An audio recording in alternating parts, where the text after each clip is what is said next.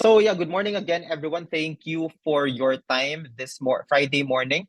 To start, I would like to assess that amid the rapid growth of the fintech industry for the last few years in the Southeast Asian region, along with opportunities of digitalization, has actually brought us risks. The emergence of a large number of online businesses, especially in the lending sector, has inevitably led to an increase in fraudulent traffic. Based on our experience in dozens of countries, we can spot more than 1,000 patterns of fraudulent behavior, which unfortunately are constantly and continuously becoming more advanced by day. But this is definitely not a lost cause. We do believe here in Juicy Score that exploring new methods of risk assessment is the key in combating online fraud compared to just sticking with traditional methods. Today, we are going to talk about the best ways to mitigate risk for online businesses, especially for financial institutions, and we will see some successful use cases. But before we dive into the different fraud techniques, it's good to have context first. In the more recent years, especially during the time of the pandemic, we have seen the increase of several fraud types in the Southeast Asian region. The most popular one would be phishing. It is a subtype of social engineering where people get deceived, manipulated, or sometimes pressured into sending information or assets to the wrong people. The most common case in the Philippines would be phishing calls and emails to obtain your login and password credentials for online banking account. Another one would be social media scams in the form of investment and romance. The main aim of the scammer for this scam is to gain the trust of the victim. Once trust is gained, the fraudster then starts to ask for money or asks the victim to invest in cryptocurrency. Another type of scam takes advantage of remote access technology. Remote access technologies are actually very popular in the IT industry as it is used to test programs, solve technical issues during remote work setup. However, over the past few years, financial institutions have seen how these technologies may do harm to both the lenders and the potential borrowers. Lastly, virtual machines, also very popular in the IT industry, is in a nutshell acts as a computer inside a computer. So one can use another operating system without needing a new PC. However, we have seen fraudsters have also taken advantage of this technology to obtain financial services from lenders. To dig deeper on the virtual machines, we have actually spotted a rising number of virtual machines and randomizers in loan application flows recently from 0.1% to 3.5%. On the other hand, for remote access technologies, based on our data, we have seen that the number of sessions with signs of remote access is about 2.5 to 3% of the total flow of applications. This fact may serve as a signal for online lenders that it's high time to pay attention to such applications and introduce additional verification. Which is why our company, Juicy Score, have developed a few ways which prove to be the best in spotting virtual machines and remote access technologies. We collect as much information as possible that a browser can legally give out through different browser APIs. After that, we analyze such data and identify typical signs of virtual machines or malicious plugin presence. The core of our fraud prevention approach is careful and accurate device authentication. We also take into account various parameters of any device and its environment and use. With all those being said, these types of fraud have one thing in common, which is that when the event of fraud happens, it brings a lot of damage in terms of financial and reputational losses to the company. With this, we came up with a list of effective ways to combat and prevent fraud, and we categorized them into three aspects of the organization. First one on the list is for the management. Number one on the list is for the management to define what fraud actually means for the business. It can either be toxic customers with multiple accounts or unpaid loans without a single payment, unreasonable online payment reversals, frequent substitution of user data, hacking of personal accounts, among others. Doing this will help the company organize and focus your efforts. Second, it is also important to determine the tolerable level of fraud for your business. An important point, in many cases, completely getting rid of fraud of all kinds can either be a very expensive or a very difficult task. Always remember that eliminating 100% of fraud cases may not be possible. Attempting to eliminate 100% of fraud may mean longer processing times or very low approval rate, which will have a negative effect to your business. Third, the company should also appoint a responsible digital risk management professional to continually reduce fraud. The company may also involve external experts if necessary. Remember that experts are key to everything. One needs to check if the team knows everything about the new methods of fighting fraud, because choosing to stick with the outdated technological approach may do harm to the company. Fortunately, there are cutting-edge solutions available in the market that allow experts to compare fraud risk indicators with aggregated data from other companies in the same region, as well as to receive very clear feedback and guidelines on how to improve the decision-making system and application flow segmentation setup. You can learn more about such technologies using the QR code flashed in the screen. Now we move on to the team. There is also a need to create a team of experts in the various areas of digital risk management, because there is no person who would be well versed in everything equally. So you need to be sure that you have a fully staffed team of specialists, each responsible for their own range of tasks. Second, practice makes perfect. As I've mentioned earlier, the technological level of scammers is evolving every day. Your anti-fraud specialists should be ahead of them in their training. So training regular staff on the correct behavior on online resources, when working with mail and instant messengers, and when working with personal sensitive data is a must. Lastly, on technology, first on the list would be to protect and back up your online infrastructure. You can definitely ask for assistance from your infrastructure provider on this. So for example, when placing your site in data centers, ask for an effective solution from DDoS attacks. Second, make sure that the company has all the necessary technologies in order to detect risk of fraud in real time. Hundreds of fraudsters can attack the resource of an FI in a short period of time.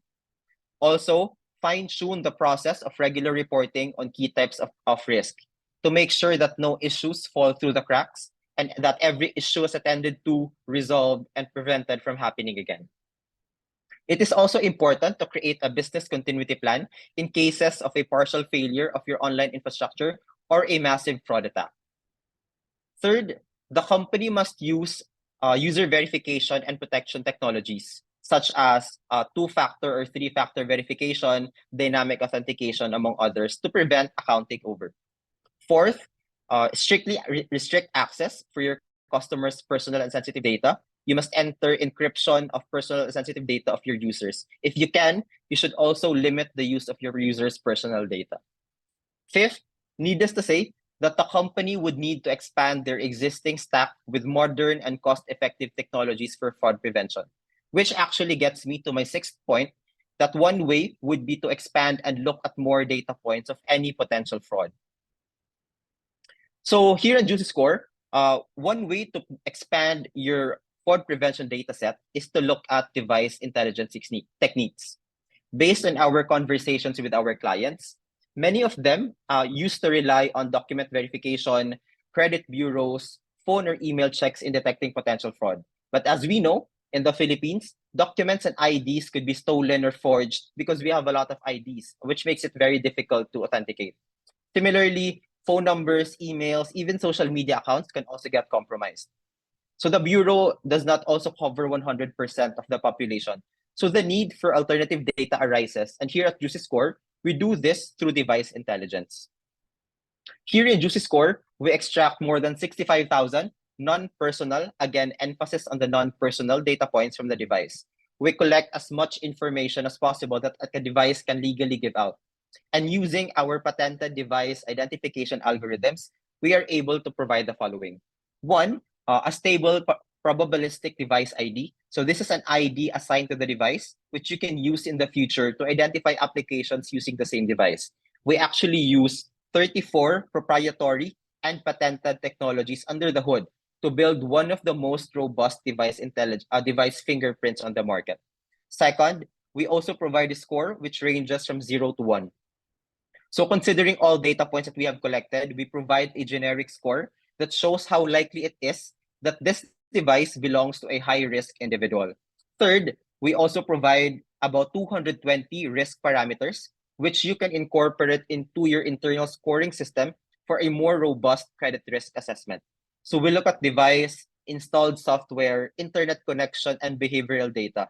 Important to note again that we don't use any personal data such as phone numbers, emails, or payment info, so you don't have to worry about compliance and data regulations.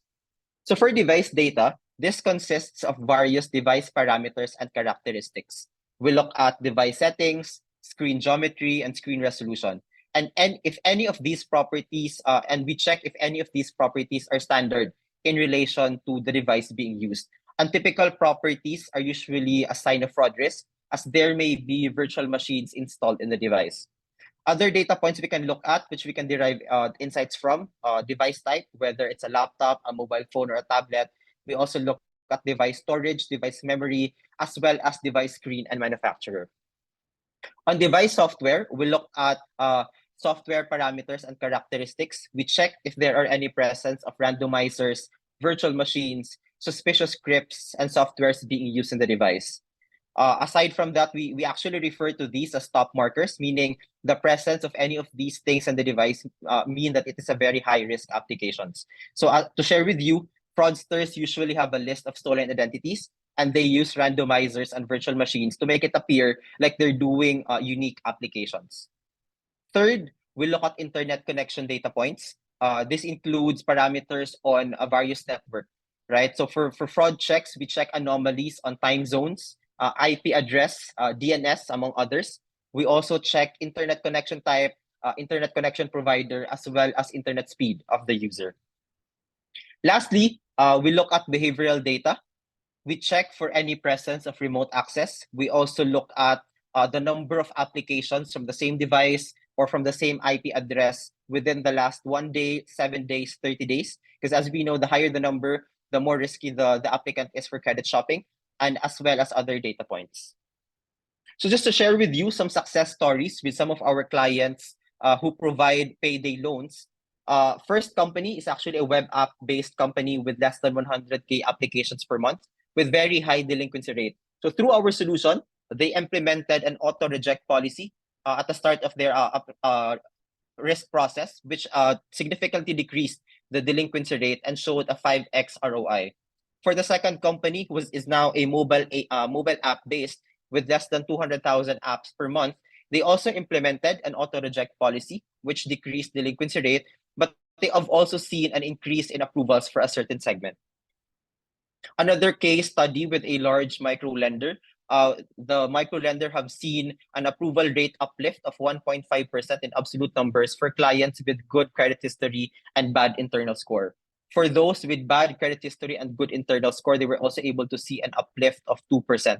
So these are just some of the numbers and some of the effects to our clients by using the technology made by Juicy Score. So based on the use cases provided and presented in the previous slides, our solution is definitely and can definitely be used for online lending companies for three main purposes. One, for fraud risk prevention through our device authentication technologies. Again, we have more than 34 patented device authentication technologies under our hood. Second, we also can help in credit risk reduction through the various risk factors and markers that you can integrate into your existing risk policy. And lastly, we can also help you with approval rate increase. As we are using non-personal and non-sensitive alternative data, the company will be able to evaluate a wider audience for a potential increase in loan approvals. With that being said, that ends my presentation this morning for the topic on online fraud prevention trends. Again, I am Moises Ycot, the Regional Sales Director of Juicy Score for the Philippines. If you have any questions regarding the presentation, please feel free to reach out to me via our LinkedIn, or you can send an email to info@juicyscore.com. We are more than willing to help you and your company improve and protect your business. Yeah, so thank you so much for your time this morning.